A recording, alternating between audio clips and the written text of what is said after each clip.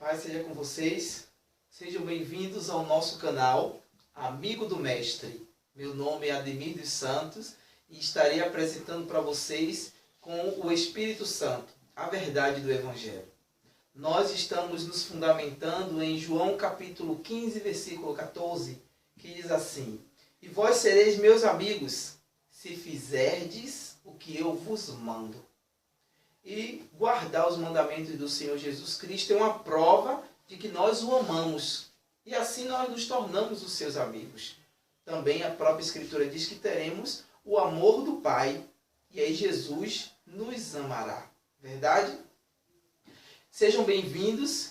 E minha oração diante de nosso Deus e Pai em Cristo Jesus é que Ele nos ilumine os olhos do entendimento. Para que, através da iluminação dos olhos do nosso entendimento, nós possamos alcançar diante dele graça para entendermos a revelação das Escrituras. Porque toda Escritura é simples, porque ela testemunha a verdade. E a verdade é Espírito e vida. E assim, nós temos o Espírito Santo, todo aquele que confessa ao Senhor Jesus Cristo, que se torna amigo dele, guardando os seus mandamentos. O mandamento dele é simples, né? Que nós amemos uns aos outros, que nós obedeçamos toda a palavra do Evangelho. E crendo nele, nós nos tornamos filhos de Deus, nós somos justificados dos nossos pecados e também somos salvos da ira futura que há de vir sobre toda a terra. Nosso assunto hoje no canal é falarmos sobre dízimo. Dízimo é bom, né? Principalmente para quem recebe.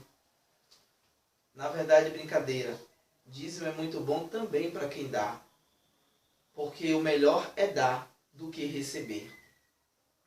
Então, nós separamos esse assunto, a título de comentário, é bem verdade, para elucidarmos, compartilharmos com vocês o que o Espírito Santo tem nos trazido entendimento com graça. Todo aquele que tem o Espírito Santo tem a unção do Santo, porque ele é a unção do Santo. Nós não temos necessidade, amados, de que nenhum outro Espírito nos ensine coisa alguma. Porque cada um daquele que confessa Cristo é membro do corpo de Cristo. E o Espírito de Cristo está com ele, está presente nele. E dá a esse indivíduo entendimento. Agora, cada um precisa tomar uma decisão de que irá seguir ao ensino do Espírito Santo ou simplesmente ficará com as suas velhas culturas, com os seus velhos rudimentos, ou vai endurecer o coração para com o Espírito Santo. Tudo isso a Escritura fala: não endureçais os vossos corações quando pelo o Senhor fordes repreendido. Não endureçais o coração para com o Espírito Santo. Não o entristeçais, não o ignore. Tudo isso a Escritura tem nos ensinado, para que nós não façamos como Israel no deserto, com um coração impenitente, um coração endurecido, um coração incircunciso, um coração duro, a ponto de cumprir o que está escrito. O homem que muitas vezes é repreendido será quebrantado sem que lhe haja cura. Era o que aconteceu com Israel no deserto. Foi muitas vezes quebrantado e acabou não havendo cura. Permaneceram no deserto e foram mortos nele. Então, sabemos que o nosso Deus ele não muda. Ele permanece o mesmo. Só que ele separa as coisas, conforme a gente entende, em dispensações, em tempos. Na verdade, esses tempos é para cumprir-se o tempo que ele havia determinado para todas as coisas se concluir aqui na terra. Porque quando houve a presença do pecado no mundo, teve necessidade de começar a se manifestar uma provisão, que é a provisão do Pai, o Cordeiro. E nisso começou desde o Éden, quando o próprio Deus, ele matou um animal, um cordeiro, para vestir o homem com a sua pele. E assim começou o trajeto. Antes ele havia dito à própria serpente que a semente da mulher esmagaria sua cabeça. E ali providenciou-se a redenção do homem e a destruição do pecado e daquele que trouxe a provisão do pecado, o próprio Satanás. E é partindo daí que as coisas começam a acontecer, as muitas manifestações e revelações do nosso Deus e Pai, o Eterno, para que o seu Filho viesse e cumprisse todos os desígnios que o próprio Pai estabeleceu para comer. Falando do dízimo, a gente pode pegar o dízimo e dividi-lo em 3 momentos dentro da Escritura. Em 3 momentos em que o dízimo ele surge dentro da Escritura. Que é no momento em que Abraão ele saiu da vitória que ele teve em relação aos reis, que Melquisedeque foi ao seu encontro. Melquisedeque, indo ao encontro do pai Abraão, ofereceu a ele pão e vinho. É o que está escrito em Gênesis capítulo 14. A partir do verso 18 ao 20, a gente vê isso acontecer. Logo em seguida, Melquisedeque, o sacerdote, ele abençoa Abraão pelo Deus Altíssimo. E bendiz ao Deus Altíssimo, o Deus que deu vitória a Abraão, entregou os inimigos em suas mãos. E em seguida, Abraão pega o dízimo de todos os despojos daquela guerra e dá a Melquisedeque. Oferece a ele o dízimo. Lembrando que o dízimo que Abraão deu a Melquisedeque, dízimo, despojo de guerra, geralmente é prata, bronze, ouro. Tinha o que? Roupas, armaduras, vestimentas, taças para beber, pratos, colheres. Tudo isso que tinha valor na época, espadas, escudos, tudo isso que tinha valor na época, tudo isso é tomado como despojo. Então, isso é chamado de despojo de guerra. Não apenas os alimentos, naquele momento em comparação ali, que damos referência, foi dado a Melquisedeque, mas foi dado os despojos da guerra. Foi isso que Abraão ofereceu a Melquisedeque. Isso é bom lembrar, porque isso vai ser útil para nós. Já que aos Hebreus, no capítulo 7, fala que Abraão deu a Melquisedeque os despojos da guerra. Então ele deu o que a Melquisedeque? Na guerra, quando a gente conhece a história, se tem muita coisa de valor na guerra. Os instrumentos de guerra e muitas riquezas, principalmente quando os reis vão para a guerra. Então, ele vai com a sua nobreza, né? Toda a sua pompa, toda a sua corte de nobreza vai junto com ele, porque ele acha que vai ser vitorioso. E assim é. Tanto é que o próprio Abraão disse aos reis que não queria nada deles, a não ser o que os jovens tinham comido e a parte que cabia aos jovens que saíram com ele para aquela guerra. Para que mais tarde aqueles reis não dissessem acerca dele que foram eles que enriqueceu a Abraão. Isso precisa ser notado. Então, não foi apenas comida que tinha ali. Tinha riquezas. Riquezas que soma-se. Tinha valores, cada uma daquelas riquezas. E valores altos, por sinal, porque se tratava de coisas reais também. Abraão ofereceu a Melquisedeque o dízimo, a 10ª parte de tudo aquilo ali. Perfeito. Lembre, foi Melquisedeque que foi ao encontro de Abraão. Primeiramente, Melquisedeque, que é conhecido como rei de Salém, pela alegoria, é rei de justiça, depois rei de paz. ele ofereceu pão e vinho ao nosso patriarca. Logo em seguida, ele abençoou em nome do Deus Altíssimo, porque ele era o sacerdote do Deus Altíssimo, ao nosso pai na fé, o patriarca Abraão. E seguindo, bendisse ao Deus Altíssimo, porque deu a Abraão a vitória. Abraão, diante de tanta graça e honra, deu a Melquisedeque o dízimo. Você vê que Melquisedeque teve 3 comportamentos antes de Abraão dar o dízimo. Ele ofereceu pão e vinho. Ele abençoou o pai na fé, Abraão, pelo Deus Altíssimo, porque deu todas as vitórias. E bendisse ao Deus Altíssimo, que deu a Abraão os seus inimigos. O 4º tempo é o tempo em que Abraão dá a Melquisedeque o dízimo. Veja todo esse aparato em relação ao pai na fé, Abraão, dentro de Gênesis capítulo 14. Perfeito isso, né? Pois bem. A gente vê outras pessoas dizimando antes da lei, que é Isaac. Isaac dizima, naturalmente, pega de tudo que ele tem e dizima ao Senhor. Sem muito problema. Outra pessoa que dizima já é o neto de Abraão, que é Jacó, o filho de Isaac. Jacó dizima por voto. Ele faz um voto ao Senhor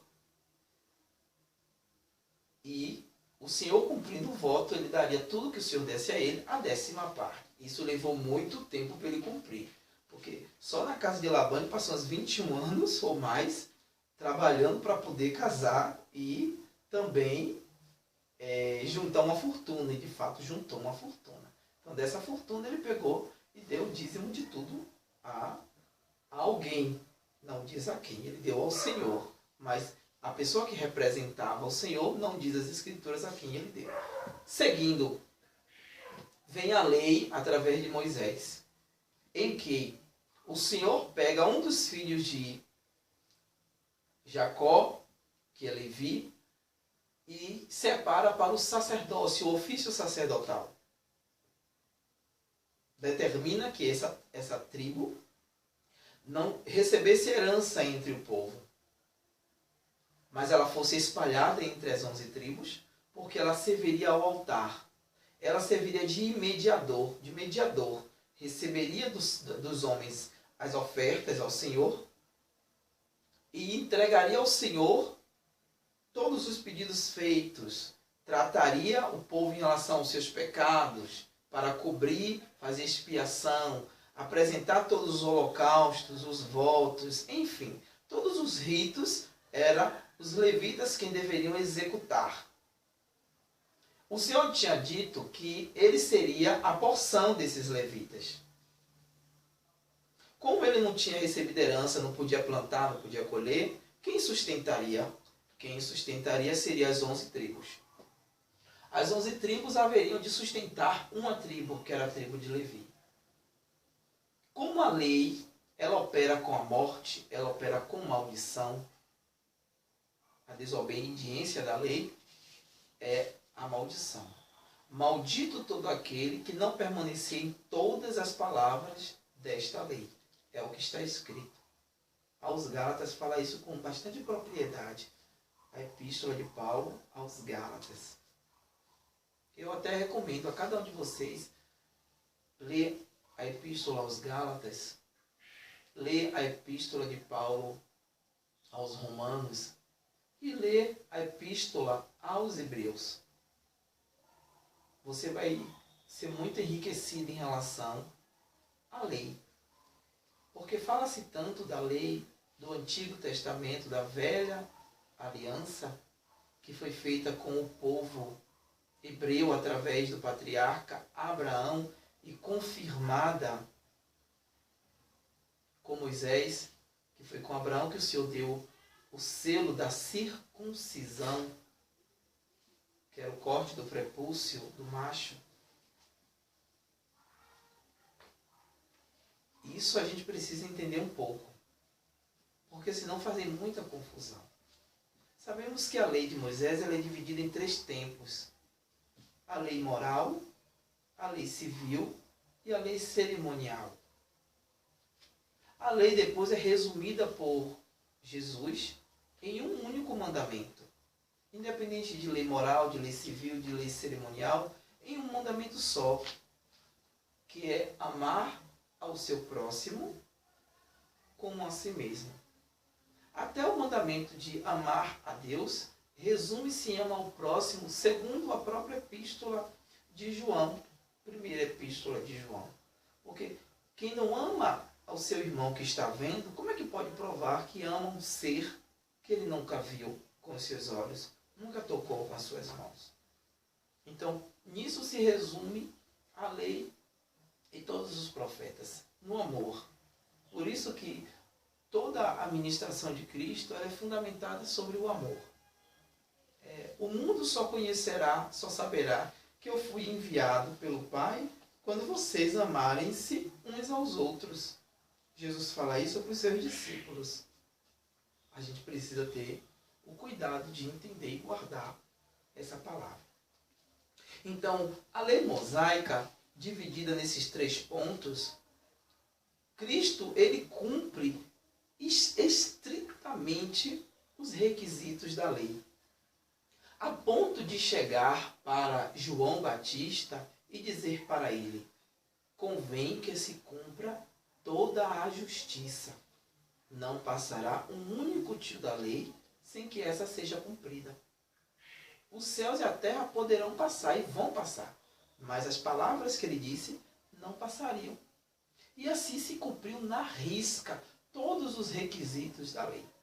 Vamos lembrar de uma outra situação, que Jesus nasceu na carne segundo a tribo de Judá. Moisés não deixou nenhuma citação que outra tribo, a não ser a tribo de Levi, servisse no santuário.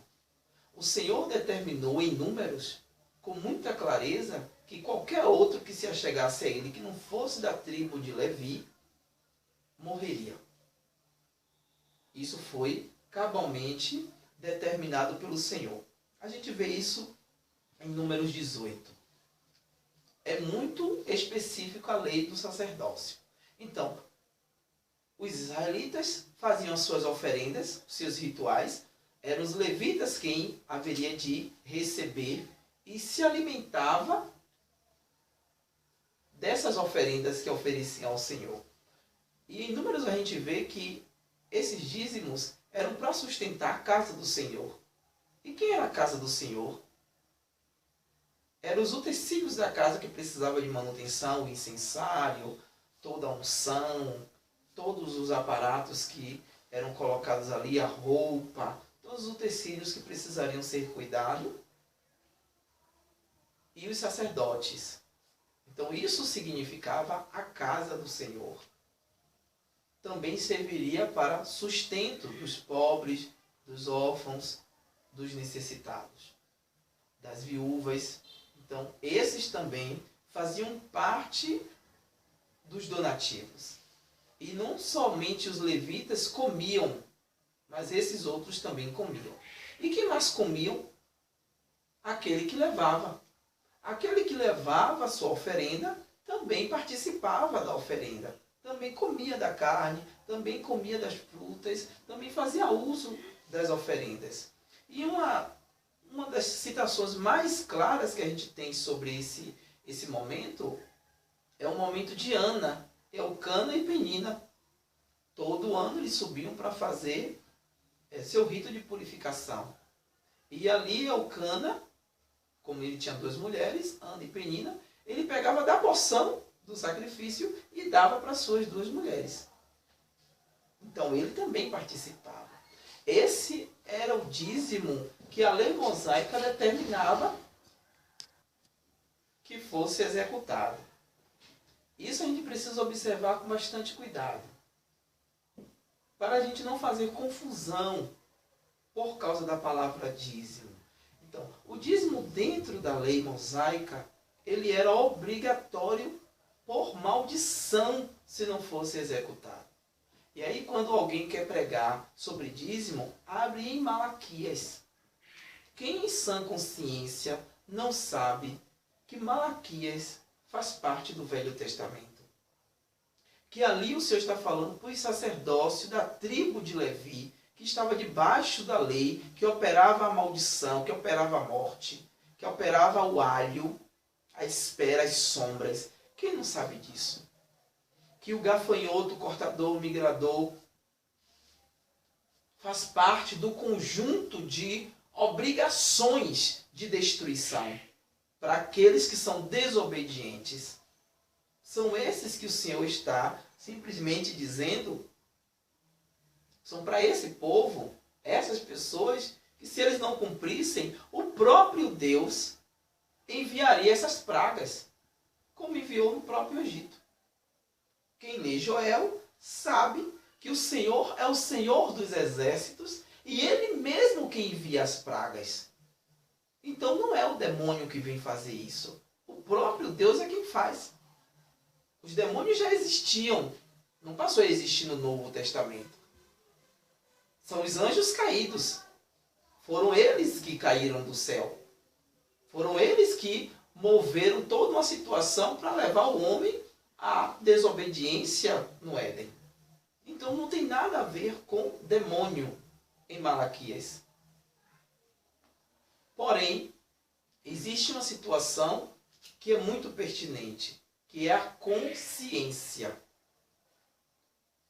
A lei mosaica, o próprio Deus, através da sua lei que ele deu aos homens, determinou que tudo fosse encerrado debaixo do pecado. Para que por intermédio do seu Filho Jesus, houvesse o resgate, houvesse a redenção.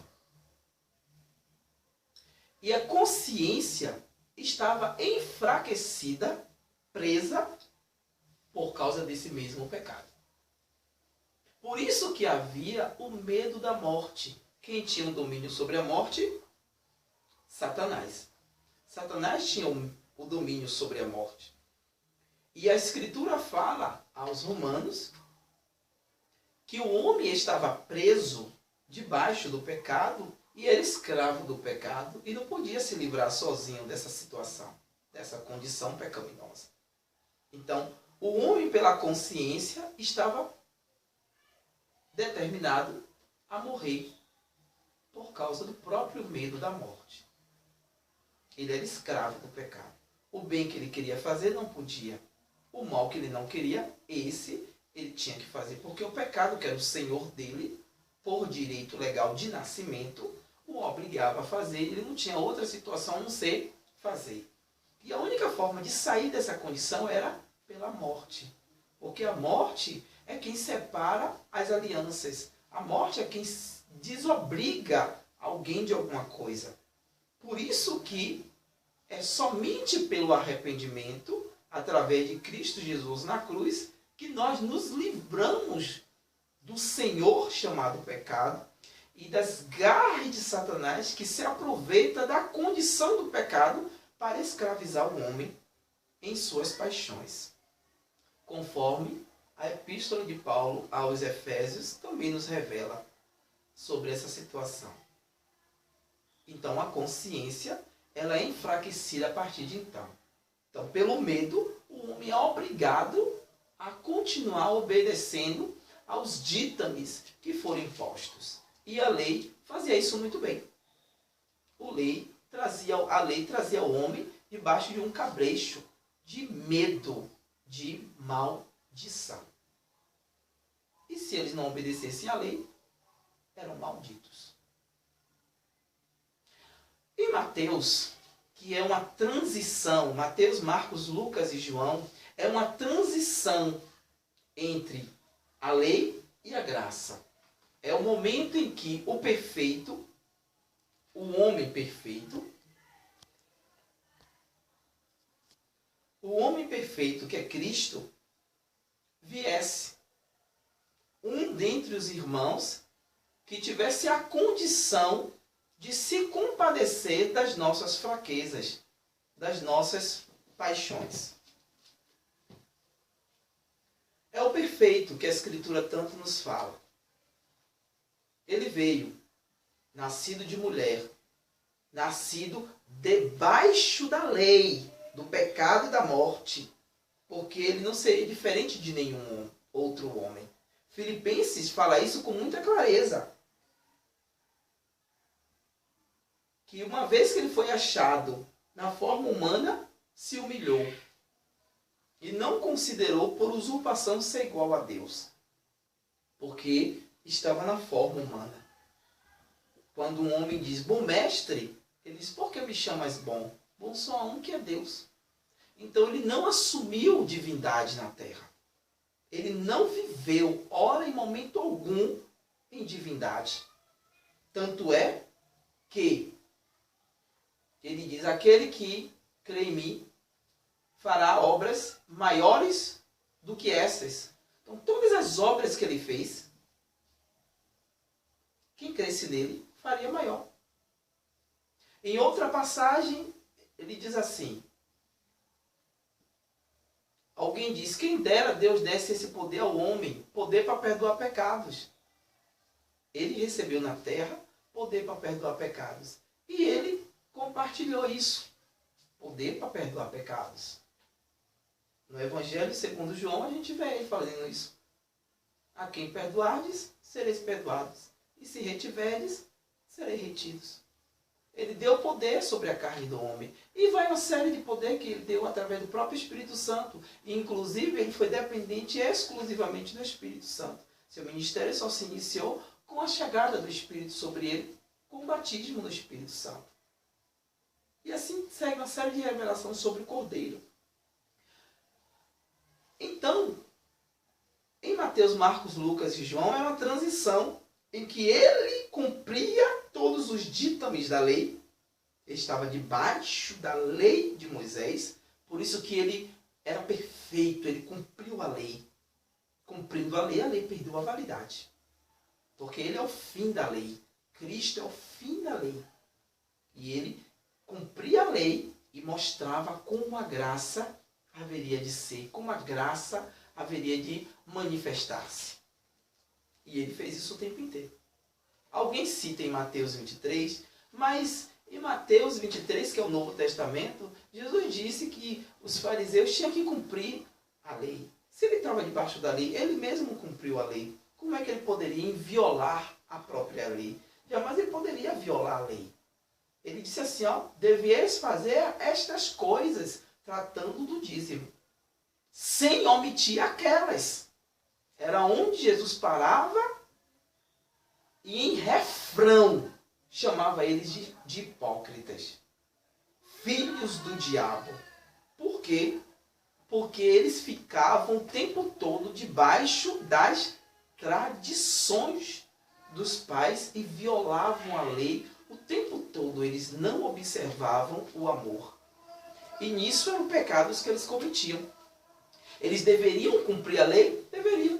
O próprio Jesus, quando curou os 10, mandou eles apresentarem no templo aos sacerdotes a oferta referente à purificação da lepra. Jesus mandou fazer isso. Então, ele cumpria a lei cabalmente. E quando aparentemente não precisava cumprir certas coisas, ele mesmo assim cumpria. Quando, no dia do censo, ele disse para Pedro pegar um peixe, e o primeiro peixe que ele pegasse, abrisse o peixe e encontraria uma pedra para poder pagar, algo precioso, para pagar por ele e pelos outros o imposto que estava sendo cobrado. Jesus não precisaria pagar o imposto. Por que não precisaria? Quem lê a história, da onde vem Jesus, da tribo de Judá, sabe que a família de Jesus não precisava pagar imposto em todo Israel. Veio através, né? Então, ele mesmo assim pagava. Porque ele fazia o papel de justiça. Porque, segundo a ordem de Melquisedeque, rei de justiça, ele é justo. E assim segue o caminho em relação ao cumprimento da lei. Cumpriu toda a lei? Ainda não, porque haveria de ter o sacrifício. E todo sacrifício, quem lê a história sabe que seguiu os rituais estritos da lei. Estrito da lei. O cordeiro que deveria ficar à exposição de todos para ser examinado, tudo isso foi os ditames da lei. Os dias perfeitos da Páscoa, seguiu-se o ritmo da lei. Então Jesus cumpriu a lei. Tudo isso daí. Na morte de Cristo e na sua ressurreição, cumpriu-se a lei. Tudo é ritual levítico. Quando o sumo sacerdote faz a purificação do pecado do povo, fazendo o holocausto de expiação, ele geralmente se melava com o sangue. Para entrar no Santo dos Santos, uma vez por ano, com o sangue, ele tinha que se trocar. Só que ele tinha que fazer isso sozinho. A mão externa, a mão de um outro sacerdote, não poderia tocá-lo. E de pessoa alguma, porque senão ele receberia em seu corpo os pecados novamente. E tudo o que foi feito estava acabado. Maria Madalena, quando foi ao sepulcro dele e o viu, foi para tocá-lo. O que foi que Jesus disse? Mulher, não me detenhas, porque eu ainda não subi para o meu Pai. Ele estava cumprindo a lei. E isso é ritual da lei de Moisés. Ele, como era o sumo sacerdote, pela ordem que o Senhor tinha dado em promessa, que ele seria sacerdote, o filho da promessa seria sacerdote, segundo a ordem de Melquisedeque, na terra ele jamais poderia ser sacerdote, porque ele era da tribo de Judá. Mas no santuário celestial, no santuário de cima, ele assumiu o sacerdócio eterno. Ele tornou-se o sumo sacerdote dos bens futuros.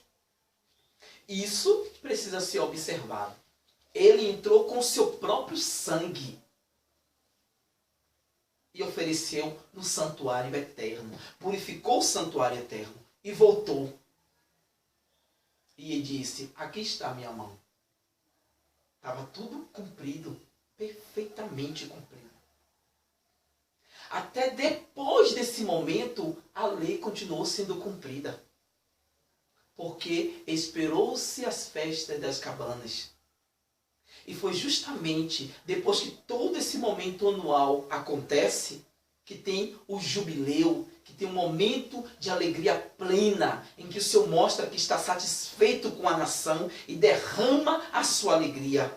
Que o povo festeja poderosamente a presença de Deus que se agrada de todo o povo. E foi justamente cumprindo esse último requisito, cumprindo-se o dia de Pentecostes, o Senhor derramou o seu Espírito Santo.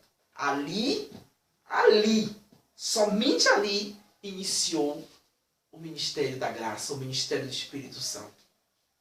Onde diz, se o ministério da condenação, que é o ministério da lei, foi glória, muito maior glória será o ministério de justiça que vinha através da pessoa do Espírito Santo. E ao invés de chamar o Deus que está presente, o Deus que presente está, que agora estamos em sua direção, para a glória do nome do nosso amado Deus em Cristo Jesus. Iniciou-se a graça a partir dali. Iniciou-se o ministério eterno do sumo sacerdote dos bens futuros de Jesus Cristo.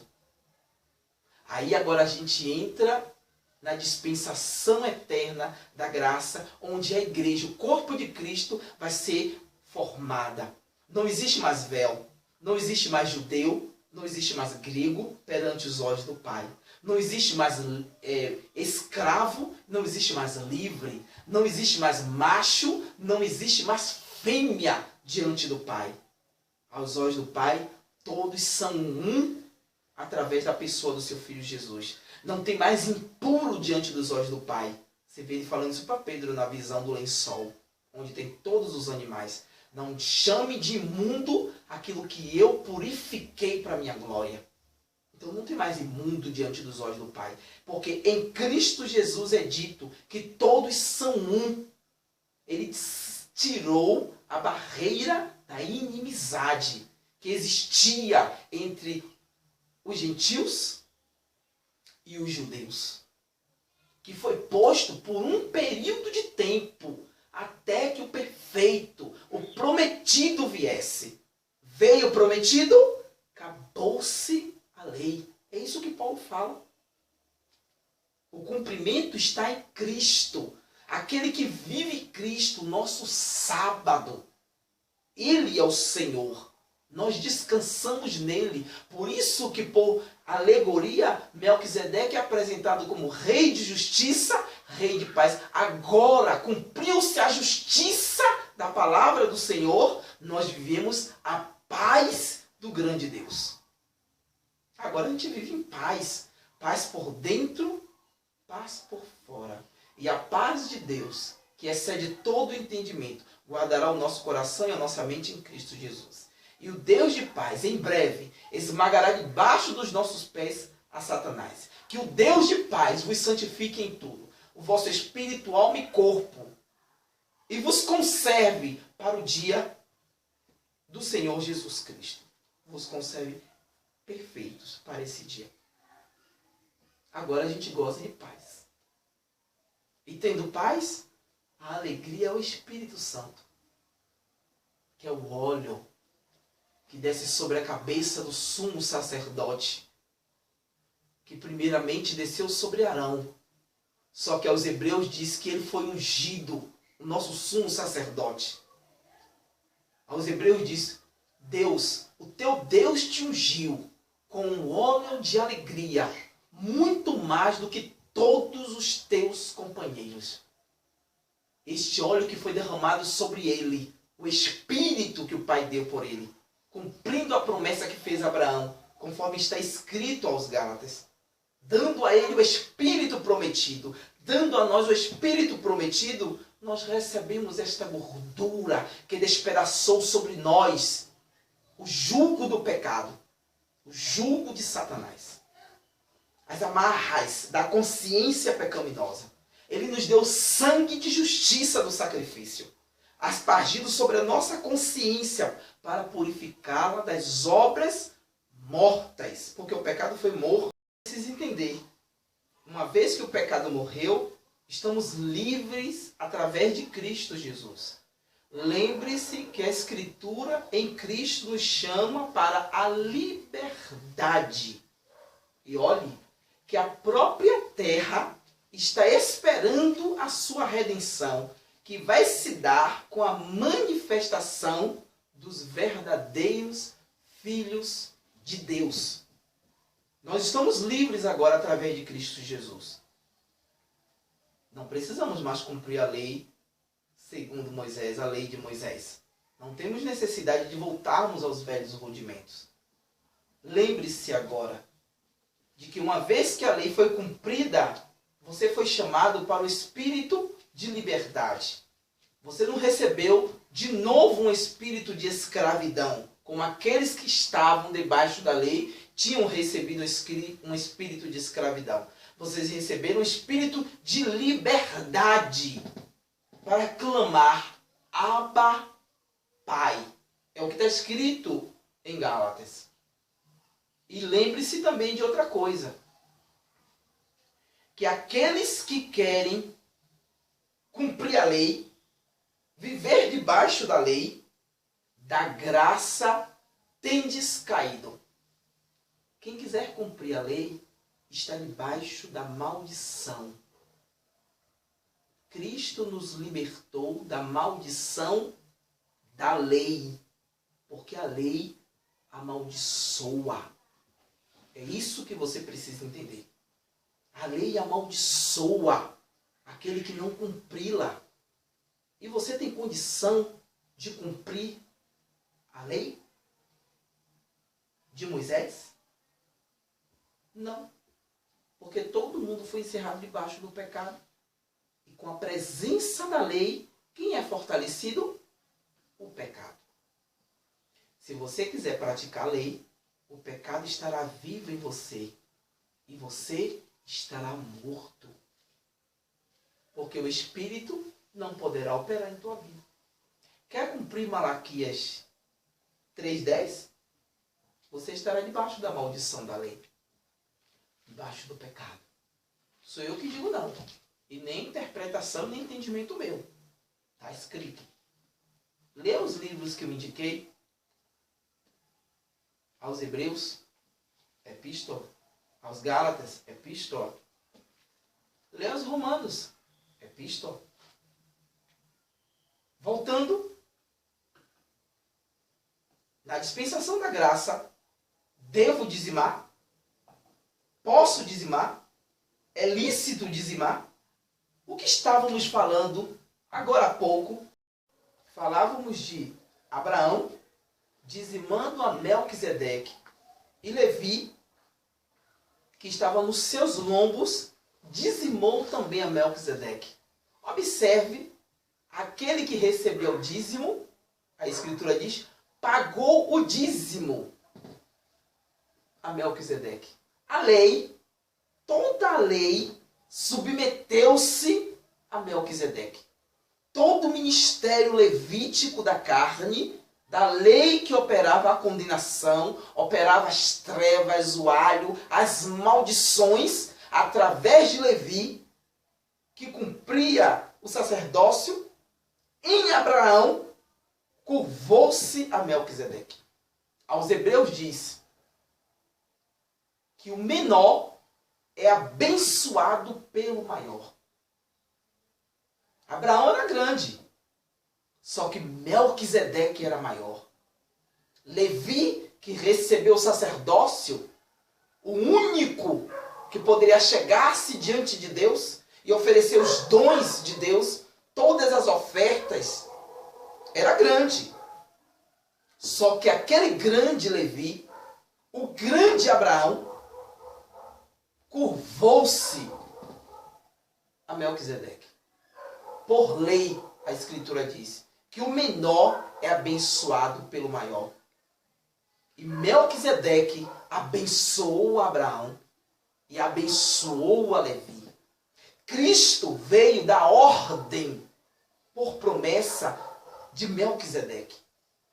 Ele é maior do que tudo e todos.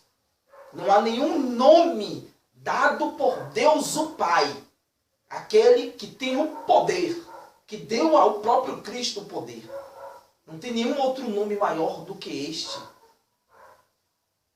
que foi dado por Deus o Pai, no qual importamos ser salvos.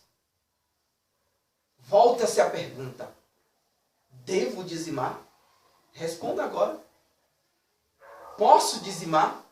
Responda. O dízimo é antes da lei. O Senhor só pegou, vamos dizer assim, a ponga. Vamos usar esse termo. E olhou o que Abraão fez. É interessante. E o Senhor foi impôs por lei. Só que hoje Cristo, sacerdote eterno, sumo sacerdote da minha confissão, da minha fé, eu posso chegar diante dele e dar a ele todo o dízimo. Não porque ele esteja me pedindo, não porque eu estou esperando receber em troca, porque o nosso pai Abraão não deu dízimo esperando em troca. Não é isso que está escrito lá? Primeiro ele recebeu todas as bênçãos. Por último ele deu dízimo por reconhecimento, por saber quem ele é. Por saber quem aquela pessoa representa, quem é aquela pessoa. Essa é a condição de dizimar. Essa é a condição de eu separar 10% de um valor, seja lá qual for, de um valor, daquilo que eu dou valor, e chegar diante do sumo sacerdote e lhe oferecer, e lhe atribuir, reconhecendo quem é a pessoa dele. Eu faço uma pergunta para você que me ouve agora. Quem é Jesus? Quem ele realmente é? O Filho de Deus que nasceu do ventre de uma mulher na carne, cujo Espírito da verdade confessa que ele veio em carne. Quem é? O que foi morto e hoje está à direita do poder nos céus. quem ele é? Ele é o teu sumo sacerdote eterno? Não segundo a lei mosaica, porque ele não era da tribo de Levi, mas ele foi e é sacerdote por promessa, segundo a ordem de Melquisedeque, eterno. Foi ele que nos deu pão e vinho. Não foi ele que ofereceu sua carne como pão e seu sangue como vinho? Não é ele que nos trouxe a justiça e não foi ele que nos trouxe a paz? Não foi ele que nos abençoou em seu corpo? Não foi por meio dele que recebemos todas as bênçãos? E não é por meio dele que nós nos achegamos ao Pai? O que você vai dar ao Senhor em troca? Nada. Porque você já recebeu tudo. O dar ao Senhor alguma coisa no tocante ao dízimo. O dar no tocante ao dízimo não é para você receber nada em troca. É um ato de reconhecer a grandeza da pessoa que está diante de mim. É um ato de reconhecer quem ele é. Quem é a pessoa que está diante de mim. E você reconhece ele? Você sabe quem ele é? A Escritura diz que nós somos como um espelho diante dele. Pelo Espírito Santo nós refletimos a glória dele. E pelo próprio Espírito que em nós habita, nós somos transformados de glória em glória, na mesma imagem que refletimos. Você está diante do Senhor como espelho, mostrando a Ele o quê?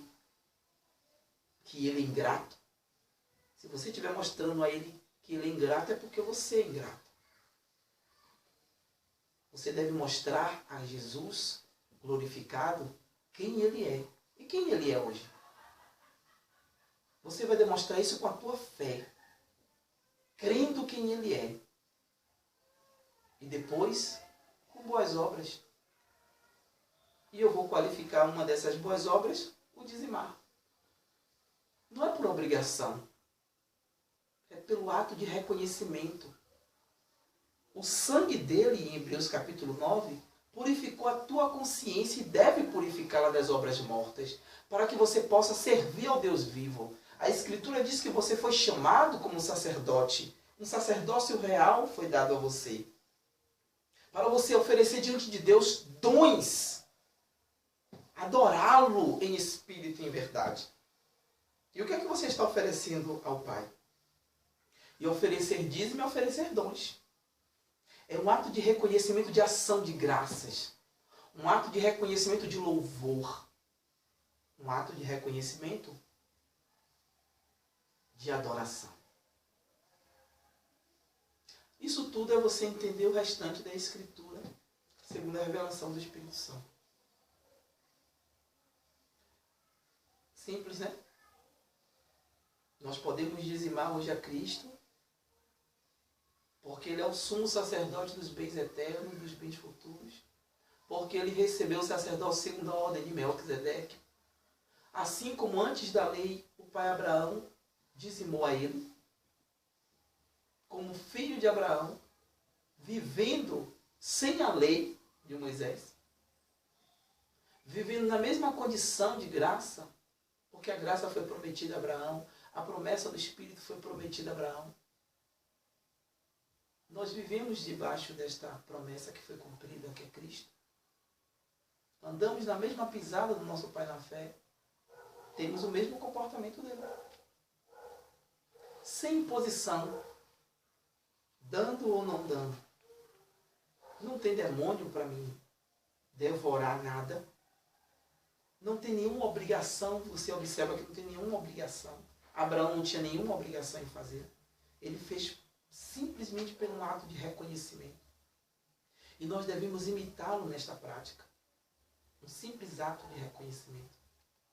E assim como os próprios levitas comiam dos dízimos, nós todos em Cristo como sacerdote podemos também comer do dízimo. embora que este assunto de comer dos dízimos vai ser um assunto para uma próxima oportunidade. Haveremos de estar mostrando o que fazer, quem deve usufruir desses dízimos. Então a gente vai estar mostrando. Então nós ficamos por aqui nesse momento. Eu agradeço a Deus Pai pela atenção de cada um de vocês. Lembrando o nome do nosso canal, Amigo do Mestre. Vocês gostaram do vídeo? Deixe um ok pra gente, uma mãozinha amiga. Divulgue, compartilhe, seja beneficente com os outros também. Inscreva-se no canal, vai ser muito bom para você receber uns alertas quando um novo vídeo for publicado. E você será de fato abençoado, como já é conosco. Deus em Cristo vos conceda graça e paz em tudo. E nós estamos juntos. Em Cristo Jesus, todos nós somos amigos do Mestre. Permaneça em paz.